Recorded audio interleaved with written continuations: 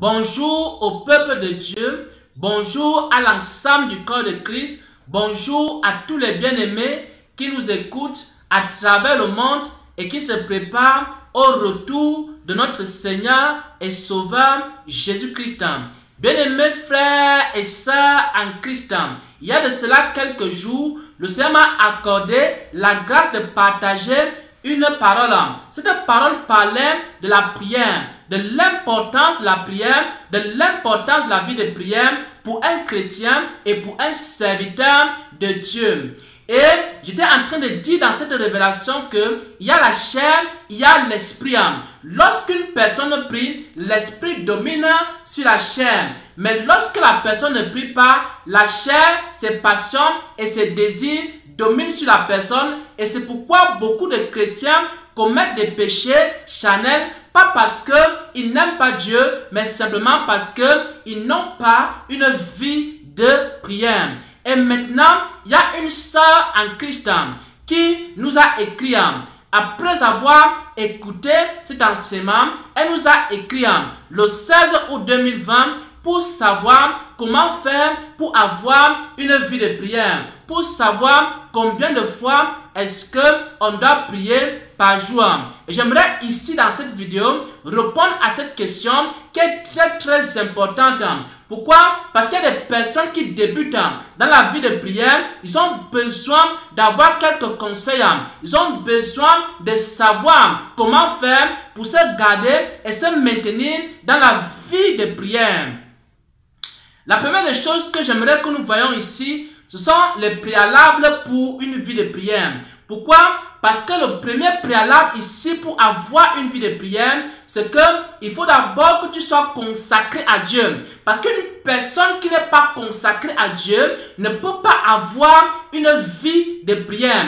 Elle va commencer la vie de prière, mais elle va arrêter la vie de prière parce qu'elle n'est pas consacrée à Dieu, parce que son cœur n'est pas consacré à Dieu. Et le Seigneur Jésus a expliqué comment on peut faire pour se consacrer à Dieu et avoir une vie de prière. Ça, c'est le premier élément que nous allons voir. C'est la consécration à Dieu. Nous allons prendre ici Luc 21 à partir du verset 34. C'est le premier passage que nous allons lire. La consécration à Dieu. Jésus est en train de dire ici, Luc 21 au verset 34. Le Seigneur Jésus dit, prenez garde à vous-même. Il s'adresse à ses disciples. Il a dit ceci, prenez garde à vous-même de crainte, de peur, que votre cœur ne s'appesantisse par les excès de manger et les excès de boire et par les soucis de la vie. Donc, le Seigneur Jésus était en train de dire à ses disciples qu'ils ont besoin d'avoir un cœur qui n'est pas appesanti. S'ils veulent avoir une vie de prière, les ennemis à la vie de prière, c'est quoi? Les excès de manger, les excès de boire et les soucis de la vie. C'est ce que le Seigneur Jésus enseigne ici dans Luc 21 à partir du verset 34. Prenez garde à vous-même de crainte que vos cœurs ne s'appesantissent, que vos cœurs ne s'alourdissent, que vos cœurs ne soient rendus impurs. Par quoi? Les excès de manger. Par quoi? Les excès de boire. Par quoi? Les soucis de la vie. Bien-aimés frères et sœurs en Christ, si tu es une personne qui aime beaucoup la nourriture, qui mange 5, 6, 7, 8 fois par jour, tu ne peux pas avoir une vie de prière. Pourquoi? Parce que ton cœur sera appesanti. Si tu es quelqu'un qui passe le temps dans les marmites, le matin, il est dans les marmites, à 9 h, il est dans les marmites, à midi, il est dans les marmites, à 13 h, il est encore dans les marmites, à 14 h, il est en train de tourner la sauce, et à 15 h, il est en train de grignoter, à 16 h, il est en train de manger le popcorn, à 17 h, il est en train de manger la viande, à 18 h, il est en train de manger le shawarma. tu ne peux pas être un homme ou une femme de prière. Si tu manges tout le temps, si tout le temps tu es en train de mettre la nourriture dans ta bouche, en train de grignoter, en train de manger à tort et à travers, tu ne peux pas être une personne qui prie. Ça c'est la première chose que le Seigneur Jésus lui-même il a eu à dire. La seconde chose ici, comme étant les ennemis de la prière, c'est les excès de boire. Si tu es ivrogne, si tu es alcoolique, si tu es quelqu'un qui aime beaucoup boire, également, tu ne pourras pas avoir une vie de prière. Pourquoi? Parce que tu as besoin d'être consacré pour devenir un homme de prière, une femme de prière. Ça, c'est la deuxième chose que le Seigneur Jésus nous dit ici dans Luc 21 au verset 34, la consécration de tout homme, de toute femme qui veut avoir une vie de prière. La troisième chose ici, le Seigneur parle des soucis de la vie. Il dit, prenez garde que vos cœurs ne s'appesantissent point par les excès de manger, les excès de boire et par les soucis de la vie. Si tu es une personne qui est très soucieuse, si tu es un chrétien soucieux ou une chrétienne soucieuse qui est tout le temps en train de s'inquiéter de tout et de rien, alors tu ne peux pas aussi avoir une vie de prière. Pourquoi? Parce que les soucis de la vie vont t'empêcher de prier. Il y a beaucoup de gens qui n'arrivent pas à prier parce qu'ils ont des soucis dans leur cœur. Et les soucis ont tellement envahi leur cœur qu'ils n'arrivent même plus à prononcer la moindre parole à prier. Donc, voilà trois ennemis que le Seigneur Jésus a donnés en ce qui concerne la prière. Premier ennemi, les excès de manger. Manger à l'excès, manger tout le temps. Les excès de boire. Boire à l'excès, boire tout le temps. Et les soucis de la vie, les hommes soucieux, les hommes qui s'inquiètent tout le temps, qui s'inquiètent de tout et de rien, également, ne peuvent pas avoir une vie de prière. Mais le Seigneur Jésus a dit, venez à moi, vous tous qui êtes fatigués et chargés, je vous donnerai du repos. Si tu as des problèmes, si tu as des soucis dans ton cœur, alors dépose ces problèmes, dépose ces fardeaux, dépose ces inquiétudes-là dans la présence de Dieu, dans la prière. Alors la prière va chasser les soucis dans ton cœur. La prière va chasser les inquiétudes dans ton cœur. Soit les inquiétudes vont détruire ta vie de prière, soit ta vie de prière va chasser les inquiétudes. Pourquoi? Parce que lorsque les inquiétudes viennent, la prière s'en va. Et lorsque la prière vient, les inquiétudes aussi s'en vont. Les deux sont des ennemis. Quand les soucis arrivent, la prière disparaît. Et quand la prière vient, les soucis disparaissent. Il faut donc choisir la prière et les soucis vont partir également de ta vie. Maintenant, l'apôtre Pierre aussi a parlé de la prière, la consécration que les chrétiens doivent avoir en ce qui concerne la prière. Nous avons vu ce que Jésus a dit. Jésus a dit que pour être consacré et pour pouvoir prier, il faut quoi? Il faut éviter les excès de manger, les excès de boire et les soucis de la vie. L'apôtre Pierre va ajouter quelque chose. Dans 1 Pierre 4, à partir du verset 7, il est écrit, la fin de toutes choses est proche. Soyez donc sages et sobres pour vaquer à la prière. Donc l'apôtre Pierre est en train de donner également ici une autre condition pour avoir une vie de prière. Il dit qu'il faut être sage et sobre.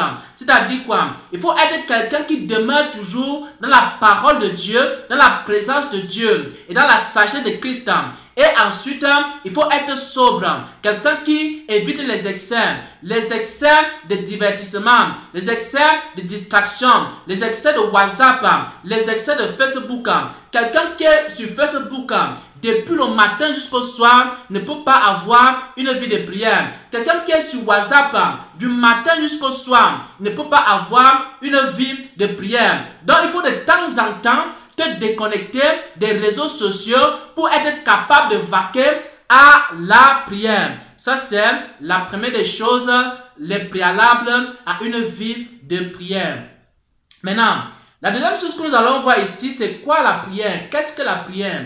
La prière, c'est parler simplement à Dieu. La prière, c'est parler simplement à Dieu, c'est s'adresser à Dieu comme un père s'adresse, comme un fils s'adresse à son enfant. Donc, quand un enfant s'adresse à son père, c'est la même manière que tu dois t'adresser à ton Dieu.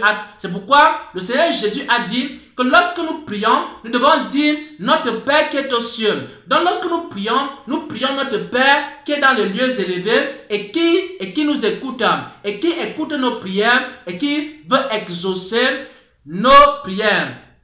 Ça c'est la deuxième chose. Qu'est-ce que la prière? La prière, c'est s'adresser à Dieu. Lorsque tu as un problème, lorsque tu fais face à une difficulté, lorsque tu as un problème dans ta vie, alors tu t'enfermes dans ta chambre de prière, alors tu commences à parler à Dieu comme un enfant parle à son père. Tu commences à parler à Dieu comme un enfant parle à son père. Et le Seigneur Jésus a dit quoi? Que lorsque vous priez, il ne faut pas que vous commencez à prier, par exemple, en route pour montrer à tout le monde que vous priez. Mais vous devez faire quoi? Vous devez aller dans un endroit secret. Donc la prière se passe dans un lieu secret. Et généralement, c'est dans la chambre, dans une chambre de prière ou alors dans une église. Donc c'est dans un lieu dédié, dans un lieu secret que vous priez.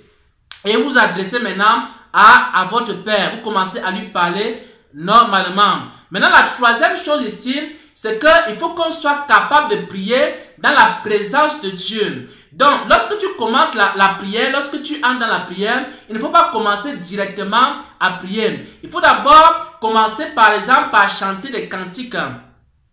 Par exemple, tu peux commencer par chanter des cantiques. Et quand tu chantes des cantiques maintenant, la présence de Dieu va venir. Et lorsque la présence de Dieu va venir, alors il sera pour toi facile de prier. Donc, si tu veux être assisté par Dieu dans la prière, si tu veux que tu pries dans l'atmosphère, la présence de Dieu, alors il faudra que, avant de prier, tu commences d'abord soit par adorer, tu commences d'abord soit par chanter des cantiques.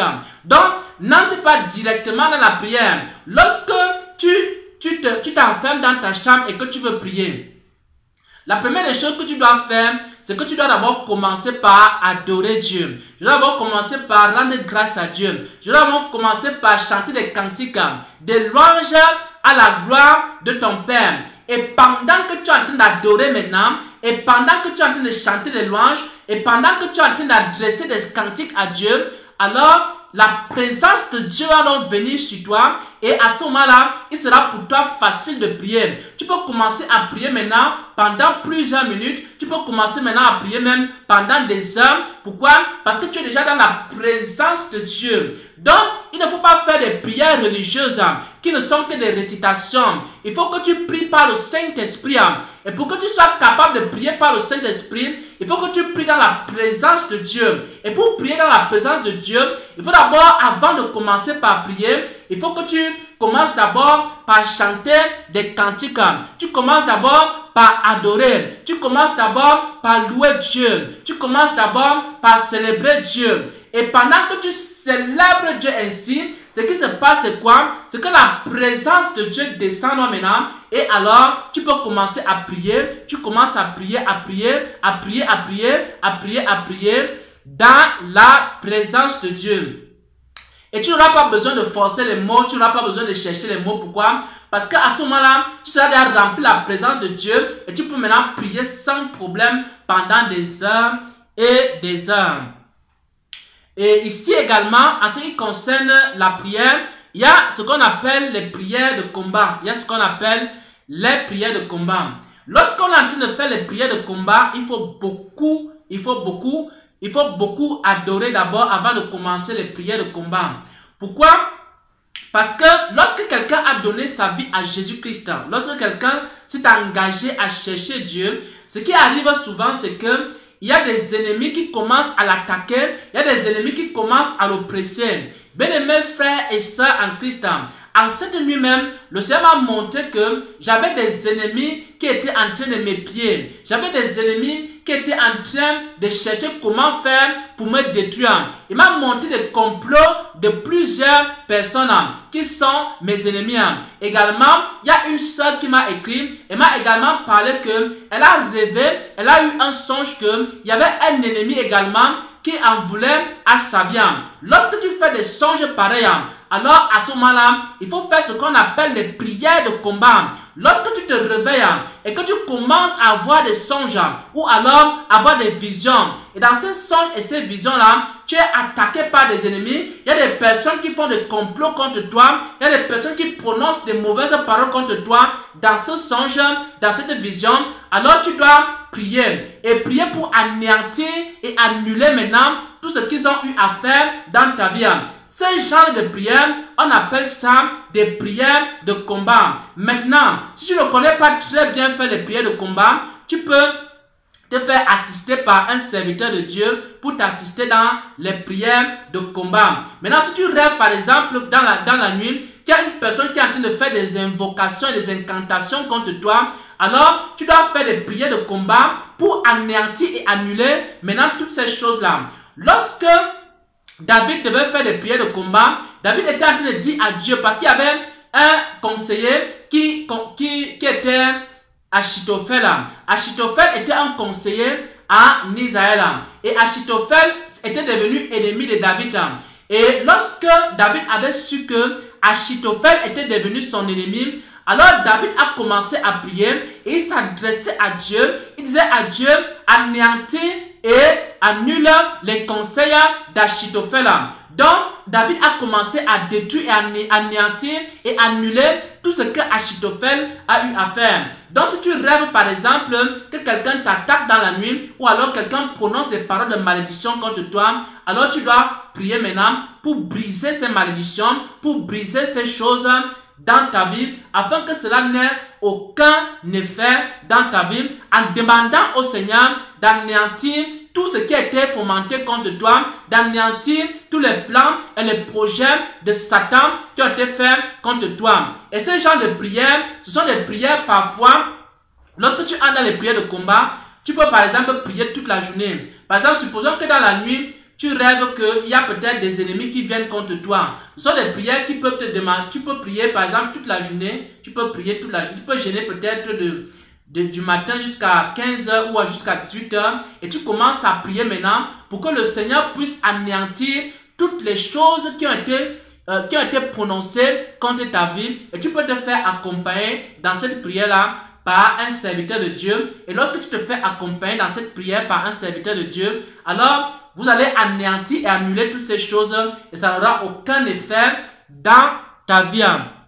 Maintenant, la dernière question, c'est de savoir combien de fois est-ce qu'on doit prier par jour. Le Seigneur Jésus a dit prier sans cesse. Le Seigneur Jésus a dit prier sans cesse. Donc, il n'y a pas un nombre de fois qu'il faut prier par jour. Par exemple, le Seigneur Jésus-Christ, si on prend le cas du Seigneur Jésus, le Seigneur Jésus priait souvent très tôt le matin avant le lever du jour. Il priait souvent très tôt le matin avant le lever du jour. Le Seigneur Jésus priait également dans la soirée. Et le Seigneur Jésus priait également beaucoup dans la nuit. Et le Seigneur Jésus passait souvent beaucoup de nuits de prière sur les montagnes. Il passait beaucoup de temps dans la présence de son Père sur les montagnes.